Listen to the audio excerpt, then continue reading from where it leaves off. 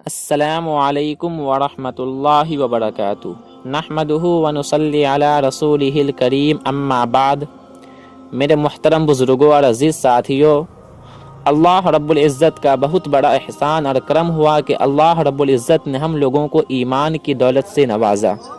اور مزید کرم یہ ہوا کہ اللہ رب العزت نے ہم لوگوں کو ابھی دین کی باتیں سننے کی توفیق عطا فرمائی۔ میرے عزیزوں اور پیارے دوستو، آج کا میرا موضوع ہے گشت کے بارے میں کہ گشت کرنے کا طریقہ کیا ہے،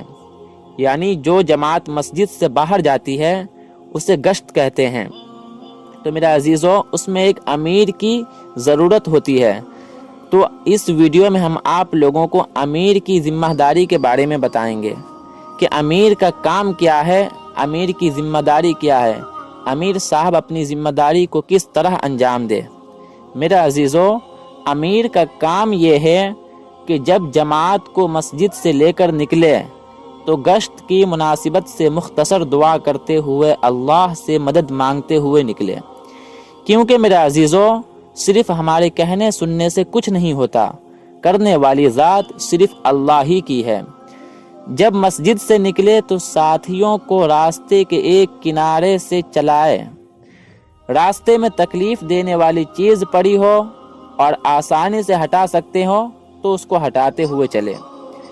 دل میں اللہ کا ذکر ہو، گلی کوچے میں جائے تو تیسرا کلمہ پڑھے،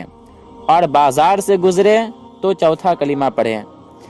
دل میں یہ فکر ہو کہ کس طرح تمام انسانوں کا تعلق اللہ جل شانہ کے ساتھ ہو جائے، نظریں نیچی ہو، اتنی نیچی بھی نہ ہو کہ جان کا خطرہ ہو جائے،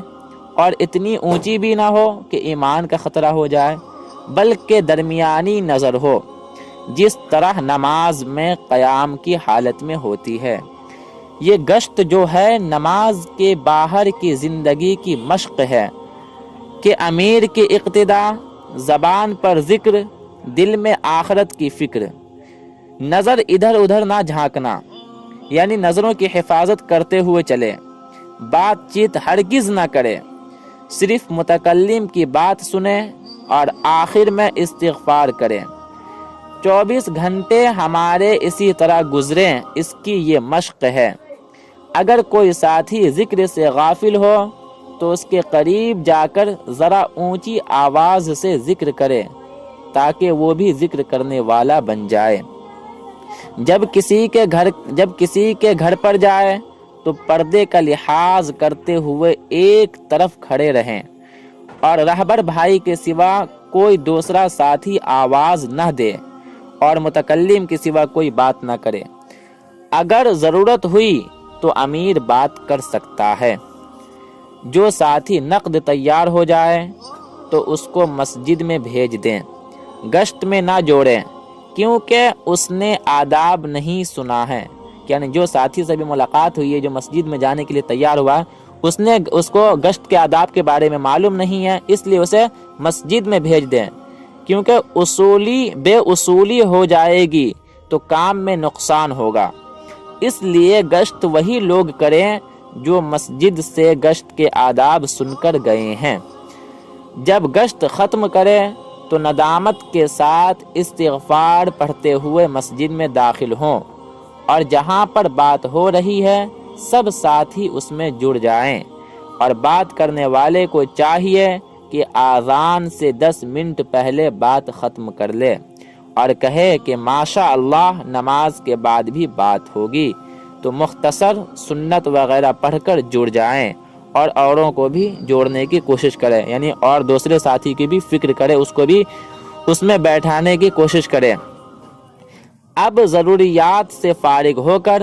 خصوصاً جو ساتھی گشت میں گئے تھے وہ دعا میں لگ جائیں، اور جس ساتھی کے پاس گئے تھے ان کے لیے اگر نام یاد ہوں تو نام لے کر ہدایت کی دعائیں کریں۔ اسی طرح اصولوں کے ساتھ گشت کریں گے تو انشاءاللہ وہ گشت قبول ہوگا، اور اگر گشت قبول ہو گیا تو اس کے بعد جو دعا کریں گے وہ قبول ہو جائے گی، اور دعا قبول ہو گئی تو ہدایت پھیلے گی۔ اس لیے